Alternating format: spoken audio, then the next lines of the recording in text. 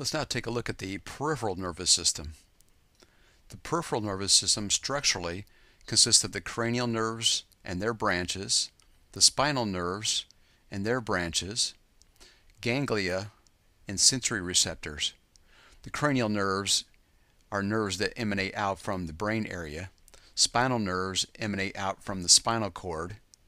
Ganglia are collections of cell bodies that are found close to the spinal nerves, and sensory receptors that are found throughout the body and are picking up sensory information.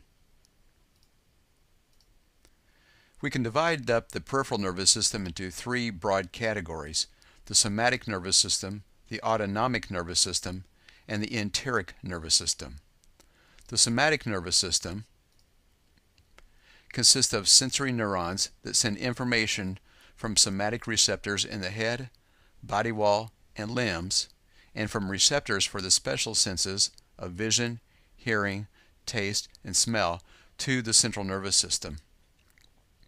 So in other words, the sensory portion of the somatic nervous system consists of messages that are coming from various receptors throughout the body and are heading toward the central nervous system. The somatic nervous system also consists of motor neurons that are sending impulses from the central nervous system to skeletal muscles only. So whenever we think of the somatic nervous system, we want to think of things that we're consciously aware of.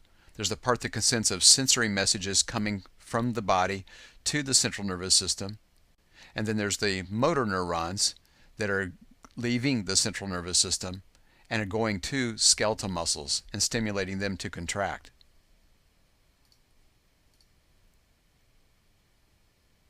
The autonomic nervous system consists of autonomic sensory receptors found primarily in visceral organs that send messages to the central nervous system.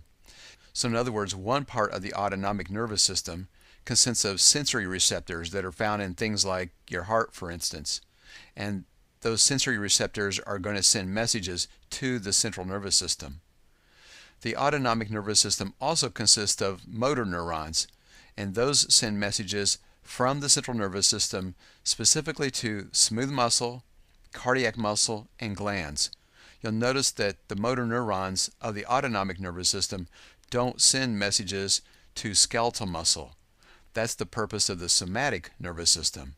Again, you'll notice that the motor neurons of the autonomic nervous system send messages to three things: smooth muscle, that's found in a variety of locations in your body; cardiac muscle, which of course is found in the heart; and to glands. These motor actions are normally not under conscious control.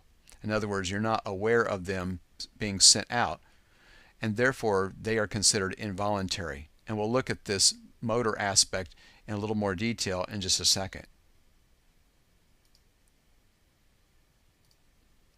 This motor part of the autonomic nervous system consists of two parts: the sympathetic division and the parasympathetic division. The sympathetic division is responsible for the fight or flight response. In other words, neurons that are part of the sympathetic division send out impulses to various parts of your body, such as your heart and your respiratory organs, and they tell your heart to beat faster and harder, and they tell you to breathe faster. And this is all for the purpose of giving you the energy that you need during the fight or flight response. The other division of the motor part of the autonomic nervous system is called the parasympathetic division. And the parasympathetic division takes care of rest and digest activities. In other words, during normal everyday activities, the parasympathetic division neurons are sending out messages to various organs throughout your body and telling you to conserve energy. Again, this is in contrast to the sympathetic division, which sends out messages telling you to expend energy.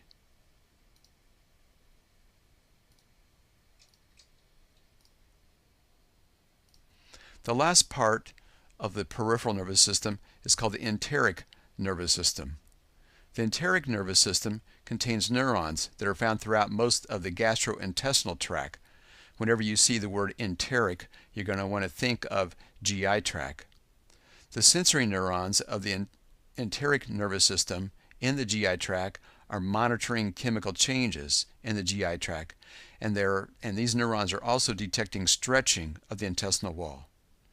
The motor neurons of the enteric nervous system control three things. They control the contraction of the GI tract smooth muscles, which are used to push food through the GI tract. They also control secretions of the GI tract organs.